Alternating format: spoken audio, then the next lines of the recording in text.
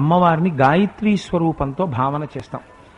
ఆ గాయత్రీదేవి సూర్యమండలాంతర్వర్తి అయి ఉదయదు, మధ్యాహ్న కాలమునందు, సాయంకాలమునందు కూడా 3 రకములైనటువంటి రూపములతో దర్శనమిస్తుందని, ఎవరు బ్రాహ్మణులై లేదా యజ్ఞోపవీతమును ధరించడానికి అధికారము కలిగినటువంటి జన్మ తీసుకున్నటువంటి వారందరూ కూడా పూట్ల చెయ్యాలి, గాయత్రిని ఉపాసన చెయ్యాలి, గాయత్రీ మంత్రం చేసి తీరాలి. అసలు ఒక స్థితిలో అయితే అన్నారు, నువ్వు అంగన్యాస కరన్యాసములు చేశావా చెయ్యలేదా కూడా అనవసరం, నువ్వు గాయత్రి మాత్రం చేసి తీరాలి.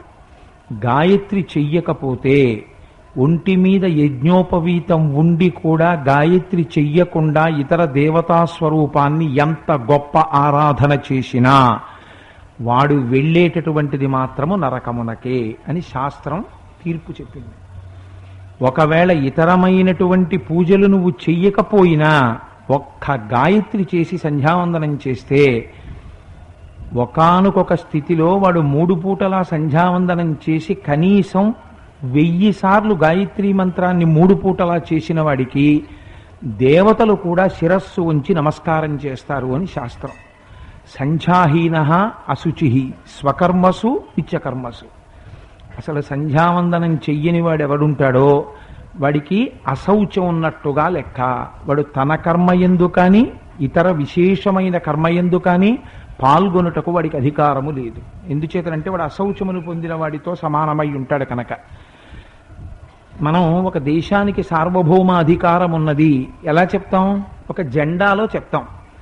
జెండా ఎంత ఉంటుందండి? గట్టిగా ఓ 3 గజాల గుడ్డ, ఆ బట్ట ఎగరేస్తాం రంగు వేసి. అది ఆ జెండాకి రూపకల్పన ఎవరు చేశారు? మనమే చేశాం.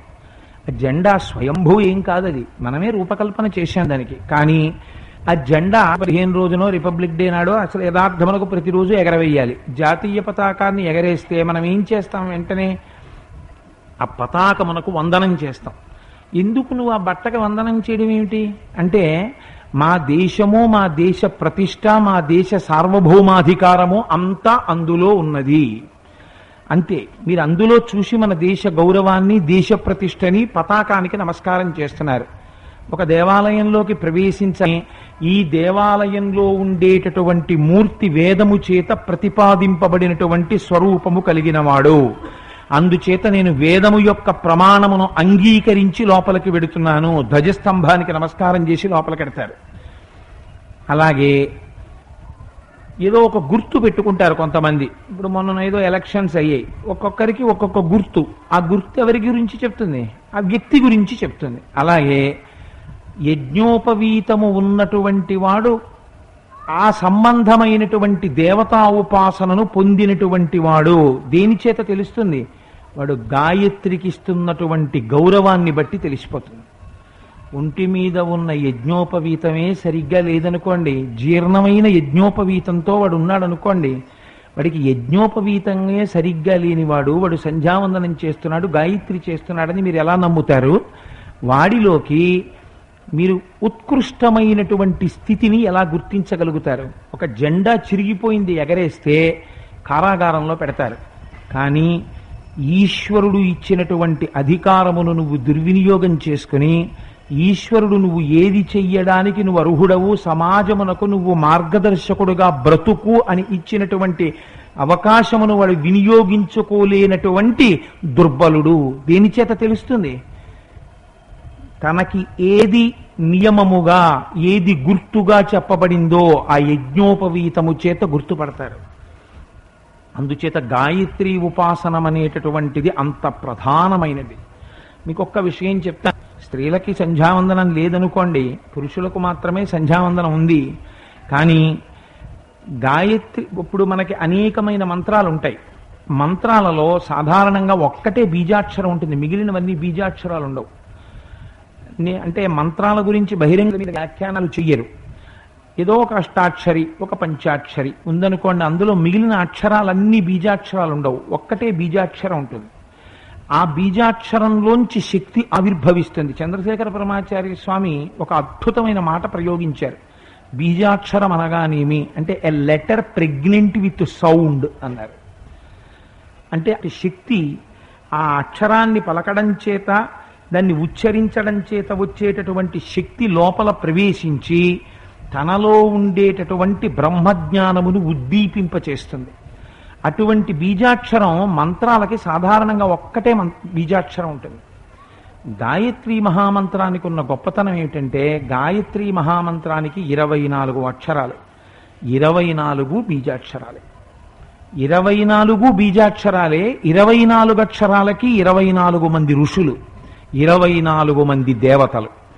అందులోనే 24 తత్వాలు, పంచభూతాలు, పంచ జ్ఞానేంద్రియాలు, పంచ కర్మేంద్రియాలు, పంచ తన్మాత్రలు, 20 ప్లస్ ప్రాణ అపాన ఉదాన సమాన అన్న 4 వాయువులు కలిపి 24 తత్వములు గాయత్రి యందు ఉంటాయి.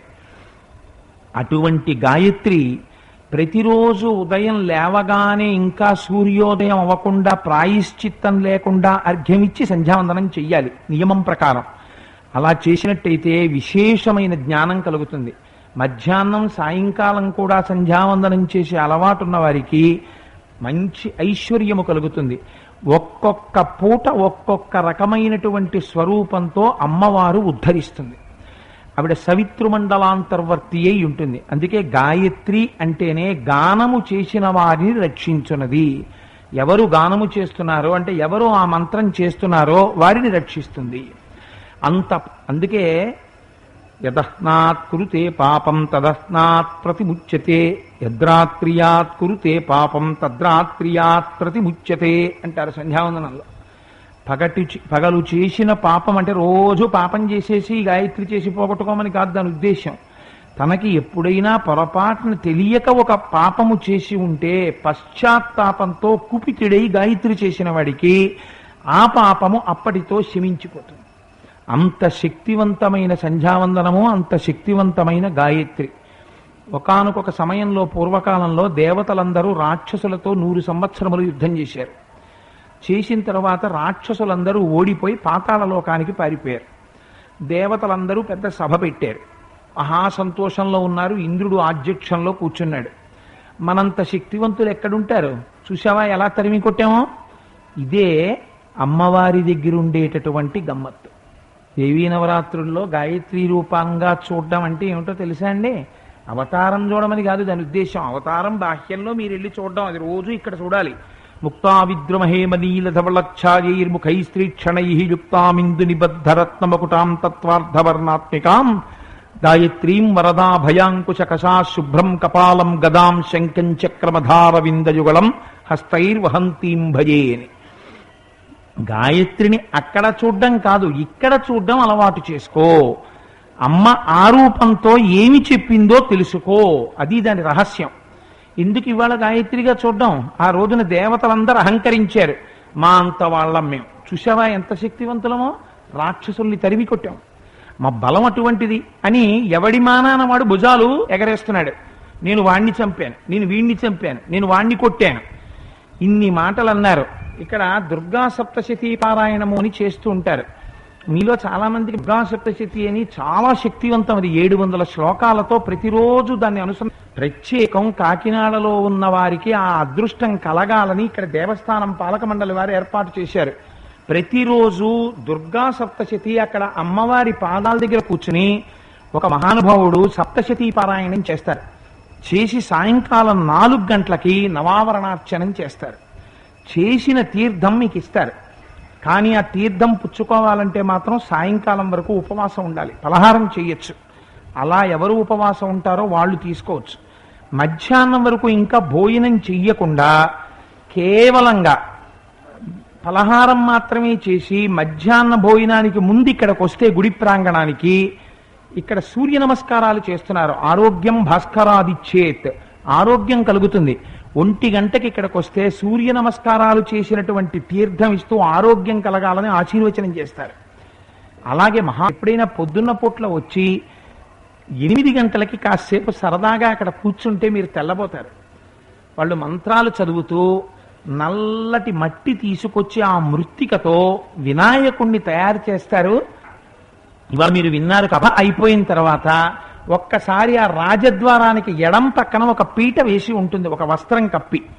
మీరు అక్కడికి వెళ్ళండి, ఇవాళ మీరు వెళ్ళేటప్పటికి అక్కడ ఏర్పాటు చేస్తారు ఋత్వికులు, చూద్దురు గాని ప్రతిరోజు వినాయకుణ్ణి చేస్తారు. అందులో నాగాభరణుడై కడుపుకి చుట్టుకున్నటువంటి పాము నోట్లో కూరలు కూడా కనపడతాయి.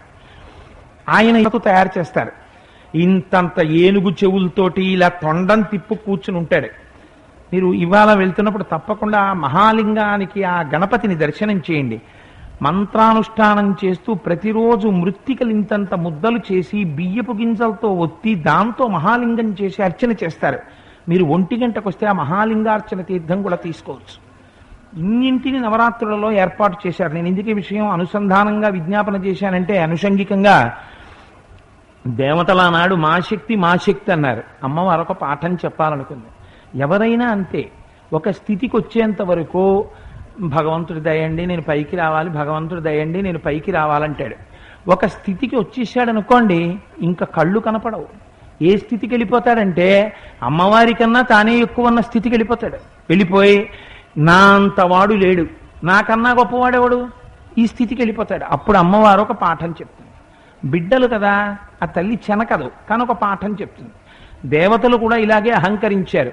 అమ్మవారు ఒక పెద్ద తేజో రూపంతో, కోటి సూర్య ప్రభాభాసమైనటువంటి యక్షిణీ రూపంతో కనపడింది. కనబడితే వాళ్ళు ఆశ్చర్యపోయారు, ఏమిటా దివ్యమైన రూపం, ఎవరో కనుక్కురమ్మన్నారు. ఎవరెళ్ళాలన్నారు. ముందు అగ్నిహోత్రుణ్ణి పంపండి, పెద్దవాడు మహానుభావుడు, అందరికీ హవిస్సులు తీసుకెళ్తాడు కదా అన్నారు. అంటే అగ్నిహోత్రుడు వెళ్ళాడు. ఆవిడ అడిగింది నువ్వెవరని అడిగింది. ఆయన చాలా దర్పంగా జవాబు చెప్పాడు. నేను ఎవరో తెలియదా, నేను అగ్నిహోత్రుణ్ణి, నేను ఏది చేస్తాను, అది నా స్వభావం అన్నాడు. ఆవిడ ఏం చేసిందంటే ఒక గడ్డిపరకు అక్కడ పారేసి, ఏది చూడాలనుంది కాల్చు అంది. అగ్నిహోత్రుడు నానా తంటాలు పడ్డాడు కాలుద్దామని, కాల్చలేకపోయాడు. గడ్డిపరక సిగ్గు చెంది వెనక్కి వెళ్ళిపోయాడు. ఇంద్రుడికి చెప్పాడు, నాకు ఆ స్వరూపం ఏదో తెలియదు, కానీ ఒక గడ్డిపరకని వేసింది, నేను కాల్చలేకపోయానన్నాడు. అంటే ఇంద్రుడు వాయువుని పిలిచాడు, నీకు ప్రభంజనుడు అని పేరు, నువ్వు అడ్డొచ్చిన దాన్ని విరగ్గొట్టేస్తావు, అందుకని నువ్వు వెళ్ళి ఆవిడ సంగతి తేల్చుకురమ్మన్నాడు. వాయువు విడితే ఆవిడంది నువ్వెవరంది. నేను వాయువుని అన్నాడు. ఏం చేస్తావు? నేను ఊపిరి పోస్తాను, దేన్నైనా విరగ్గొట్టేస్తాను. 120 కిలోమీటర్ల వేగంతో ఈదురుగాలులు వీస్తాయంటే చెట్లు పడిపోతాయి, టెలిఫోన్ స్తంభాలు ఉంగిపోతాయి కదా. అంటే అమ్మవారంది ఇలా గడ్డిపరక కదుపంది, కదపలేకపోయాడు. ఆయన వెనక్కి వెళ్ళిపోయాడు. ఇంద్రుడే వచ్చాడు, తరిమి కొడతాను నేను ఆ యక్షిణిని. ఆవిడే ఈయన్ని తరిమి కొట్టింది. తరిమి కొడితే దిక్కుతోచని ప్రదేశానికి వెళ్ళిపోయాడు. అశరీరవాణి వినపడి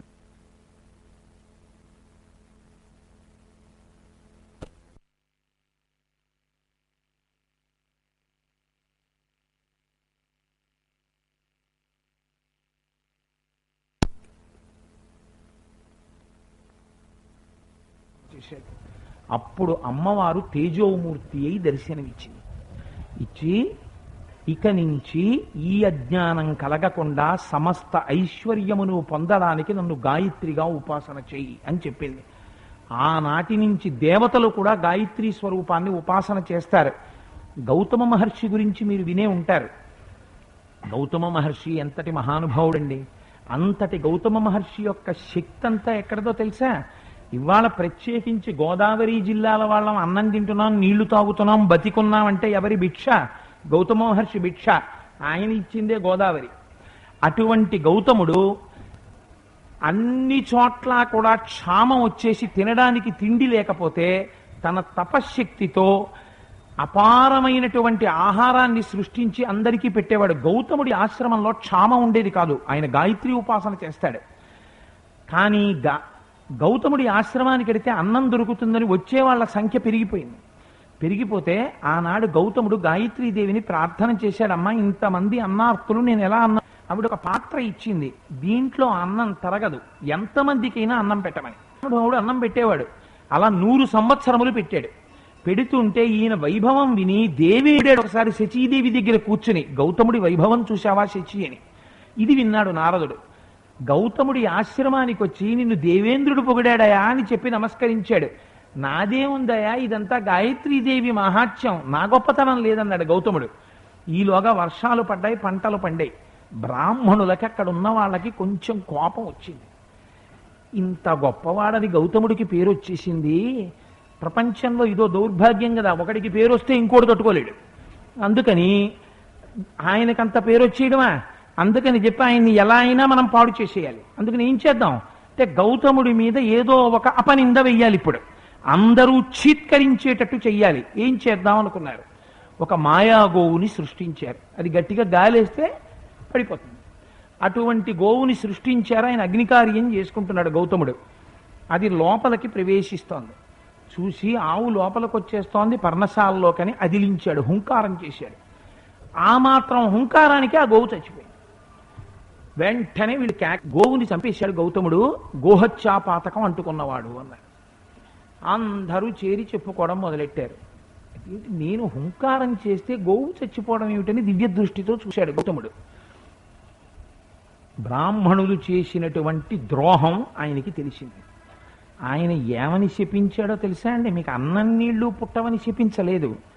ద్వాపర యుగాంతం వరకు మీరు కుంభీపాక నరకంలో పడుండండి, భూమి మీద బ్రాహ్మణులై పుట్టండి. కానీ ఎవరికి గాయత్రీదేవి పాదములు పట్టి ప్రతిరోజు సంధ్యావందనం చేస్తాడో వాడికి మాత్రమే భగవత్ స్వరూపం సరిగ్గా అర్థమవుతుంది. ఎవడు గాయత్రిని ఉపాసన చెయ్యకుండా మిగిలినటువంటి రూపాలు పట్టుకుంటాడో, మిగిలిన దేవతల తిరుగుతాడో, వాడు భ్రష్టుడై తిరిగి మళ్ళీ కుంభిపాక నరకానికే వెళ్ళిపోతుంటాడు. ఎవడు గాయత్రిని ఉపాసన చేస్తున్నాడో, సంధ్యావందనం చేస్తాడో, గాయత్రీ మంత్రం చేస్తాడో, వాడు మాత్రం 10 మందికి మార్గదర్శకుడై 10 మంది మెచ్చుకునేటట్టు జీవించి అంచమునందు ఈశ్వర సన్నిధానాన్ని చేరుకుంటాడు అని మహానుభావుడైన ఆ రోజున శాపమిచ్చాడు గౌతమ మహర్షి. వీళ్ళందరూ కాళ్ల మీద పడి వేడుకోబట్టి ఉపశమనం ఇచ్చాడు. కలియుగంలో పుట్టిన తరువాత మీరు గాయత్రి ధ్యానం చేస్తే మాత్రం మీ బుద్ధి వక్రించదని చెప్పాడు. ఆయనకి గాయత్రి పట్ల ఎంత గౌరవమో చూడండి. ఆనాటి నుంచి ఈనాటి వరకు గాయత్రి మాత యొక్క శక్తి అంతే. ఆ నాకు తెలిసి వ్యక్తిగతంగా పేర్లు సభలలో నేను చెప్పకూడదు, కానీ నాకు ఉద్యోగం రావాలి, నేను నియమంగా గాయత్రి చేస్తానని గాయత్రి చేసి ఉద్యోగాలు వచ్చిన వాళ్ళు నాకు తెలుసు. గాయత్రి చేసి ప్రమాదాల్లోంచి బయటపడ్డ వాళ్ళు నాకు తెలుసు. గాయత్రి చేసుకుని జీవితమునందు కృతార్థులైన వాళ్ళు నాకు తెలుసు. మహాపురుషుడు, జ్ఞానపీఠ అవార్డు గ్రహీత, ఒకానొక నాడు ఆయన నడిచి వెడుతుంటే సరస్వతీదేవే నడిచి వెడుతోంది అని గౌరవింపబడినటువంటి మహాపురుషుడు. అటువంటి వారు ఎప్పుడైనా ఎక్కడికైనా ఎవరింటికైనా కొత్త ఊరు వస్తే సాయంకాలం సభకి వెళ్ళాలంటే ఆయన తెల్లవారకట్ట స్నానం చేసి కూర్చుంటే సాయంకాలం 10 వరకో 11 వరకో ఆయన సంధ్యావందనం గాయత్రి చేస్తుండేవారు. ఒక మాట చెప్పనా?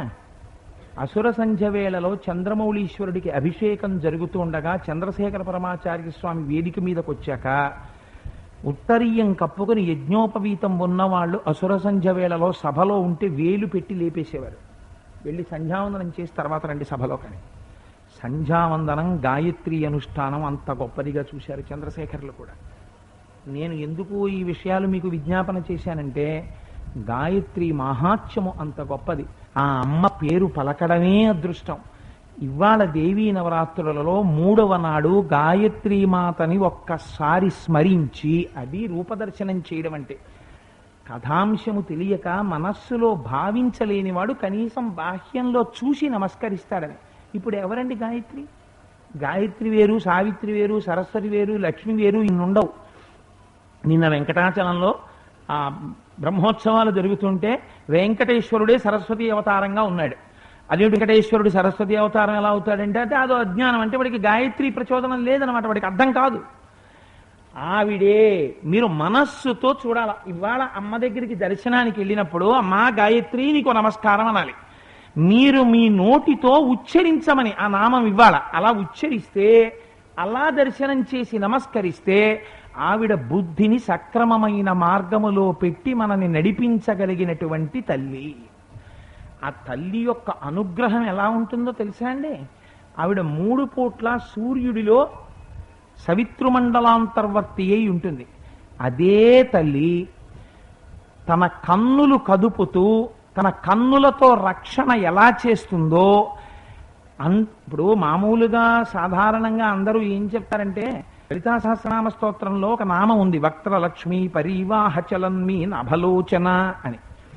అంటే అమ్మవారు తన కన్నులు అమ్మవారి యొక్క కన్నులు చూస్తే ఎలా ఉంటాయి అంటే ఏదో తేజస్సు యొక్క సరస్సులో తేలియాడుతున్నటువంటి చేపలలా ఉంటాయి అని. ఆ ముఖ దీప్తి ఎందు. అయితే గమ్మత్తు ఏమిటంటే అసలు లలితా సహస్రనామ స్తోత్రం మొత్తం మీద వ్యాసుడు వాడని ప్రముఖమైన నామం మీనాక్షి నామం. అసలు మీనాక్షి అన్న నామం లలితా సహస్రంలో వ్యాసుడు వాడలేదు, కానీ సంకేతించాడంతే. వక్రలక్ష్మి పరివాహమి అభలోచన అని. చేప తన పిల్లలకి స్తన్యం. ఆకలితో పిల్లలు తల్లి వంక చూస్తే తల్లి పిల్లల వంక కరుణారసంతో చూస్తుంది, అయ్యో నా పిల్లల ఆకలేస్తోందా అని. మరి సృష్టిలో ఉన్న గమ్మత్తు ఏమిటో తెలియదు, వాటికి కడుపు నిండిపోతుంది. కొంతకాలం అయిన తర్వాత మనెవ్వరికీ చేత కానిది నీటిలో కరిగి ఆక్సిజన్ ఉంటుంది. మనం కానీ నీటిలో పడ్డామనుకోండి, ఆక్సిజన్ ఉన్నా చచ్చిపోతాం, మనం బతకలేము. ఒక్క చేపకి మాత్రం మొప్పై. ఆ మొప్పలు వస్తే నీట కరిగిన ఆక్సిజన్ని తన మొప్పలతో గ్రహిస్తుంది చేప, గ్రహించి బతుకుతుంది. నీటిలో బ్రతకగలిగిన శక్తిని తర్వాత చేప పొందుతుంది. అలా అమ్మవారు ఇలా తన కన్నులతో ఇలా చూస్తూ పోషించేస్తుంది, ఇలా చూస్తూ అందరినీ కటాక్షించేస్తుంది. అలా అమ్మవారు ఎంతమందిని ఉద్ధరించిందో, ఎంతమందిని అనుగ్రహించిందో ఒక శ్లోకం ఇచ్చారు శంకర భగవత్పాదులు సౌందర్యలహరిగా. ఇదే గాయత్రీ స్వరూపం. గాయత్రీ స్వరూపం అంటే ఏమిటంటే రక్షణ చేయడమే, ఏది కావాలో దాన్ని ఇచ్చేయడమే. సరస్వతీ కటాక్షం, లక్ష్మీ కటాక్షం, ఆరోగ్యం, దీప్తి, తేజస్సు, ఏది కావాలంటే అది ఇవ్వడం. అమ్మవారు అలా ఎలా ఇస్తుందో చాలా గమ్మత్తుగా శంకరాచార్యుల వారు మాట్లాడారు సౌందర్యలహరిలో ఒక శ్లోకంలో. అయితే ఉపన్యాసం అయిపోయి ప్రకటనలైన తరువాత శ్లోకం చదవడం కన్నా ఇవాళ ఒక్కసారి ముందు శ్లోకం అనండి, ఆ తర్వాత నేను వ్యాఖ్యానం చేస్తాను. నోటితో చెప్పడంలో వెళ్ళిపోతుంది కానీ ఒకరికి చెప్పమంటే ఆగిపోతుంది నాకు, అందుకని రాసుకొస్తున్నాను. అందుకని ఒకసారి నేను చూసి చెప్తాను, మీరు చెప్పండి ఒక్కసారి ఆ శ్లోకాన్ని, తర్వాత వ్యాఖ్యానం చేస్తాను. ఆ డిస్కంటిన్యూటీ ఉండకుండా ఉంటుంది. కవీనాం సందర్భ కటాక్ష వ్యాక్షేప కర్ణయుగళం అముంచంతౌ దృష్ట్వా తవ నవ రసాస్వాదతరళౌ అసూయా సంసర్గా దళిక నయనం కించిదరుణం. ఇదో గమ్మత్తైనటువంటి శ్లోకం. నేను ఆ మాట ఎందుకన్నానంటే శంకరాచార్యులు వారు ఈ శ్లోకంలో అంటారు, అమ్మా అసూయా సంసర్గా దళిక నయనం కించిదరుణం. ఏమన్నా అర్థం ఉంది? అసూయ అసలు ఆ మాట వెయ్యచ్చా? అమ్మవారి యొక్క మూడో కంటికి అసూయ వచ్చింది. చాలా ఆశ్చర్యకరమైన మాట. అందరిలా శంకరాచార్యులు వారు మాట్లాడరు, అదో గమ్మత్తు. ఆయన అన్నారు, అమ్మా లోకంలో అందరూ ఒక మాట చెప్తారమ్మా, అమ్మవారికి 3 కన్నులు ఉంటాయి, పరమశివుడికి 3 కన్నులు ఉంటాయి, అందుకేగా త్రయంబకుడు త్రయంబకుడు అని పిలుస్తూ ఉంటాం, త్రినేత్రుడు అని. అమ్మవారిని కూడా అలాగే కదా పిలుస్తాం. రోజు మీరు ఇక్కడ వింటున్నారు కదా, సిద్ధలక్ష్మీర్ మోక్షలక్ష్మీ జయలక్ష్మీ సరస్వతి శ్రీర్లక్ష్మీర్ వరలక్ష్మీశ్చ ప్రసన్నా మమ సర్వదా వరాంకుశౌపాశమభీతి ముద్రాం కరైర్వహంతీం కమలాసనస్తాం బాలార్క కోటి ప్రతిభాం త్రినేత్రాం భజేహమంబాం జగదీశ్వరీం తాం సర్వమంగళ మాంగళ్యే శివే సర్వార్థ సాధికే శరణ్యే త్రయంబకే దేవి నారాయణి నమోస్తుతే అంటున్నారు కదా. అమ్మవారికి 3 కన్నులు ఉంటాయి.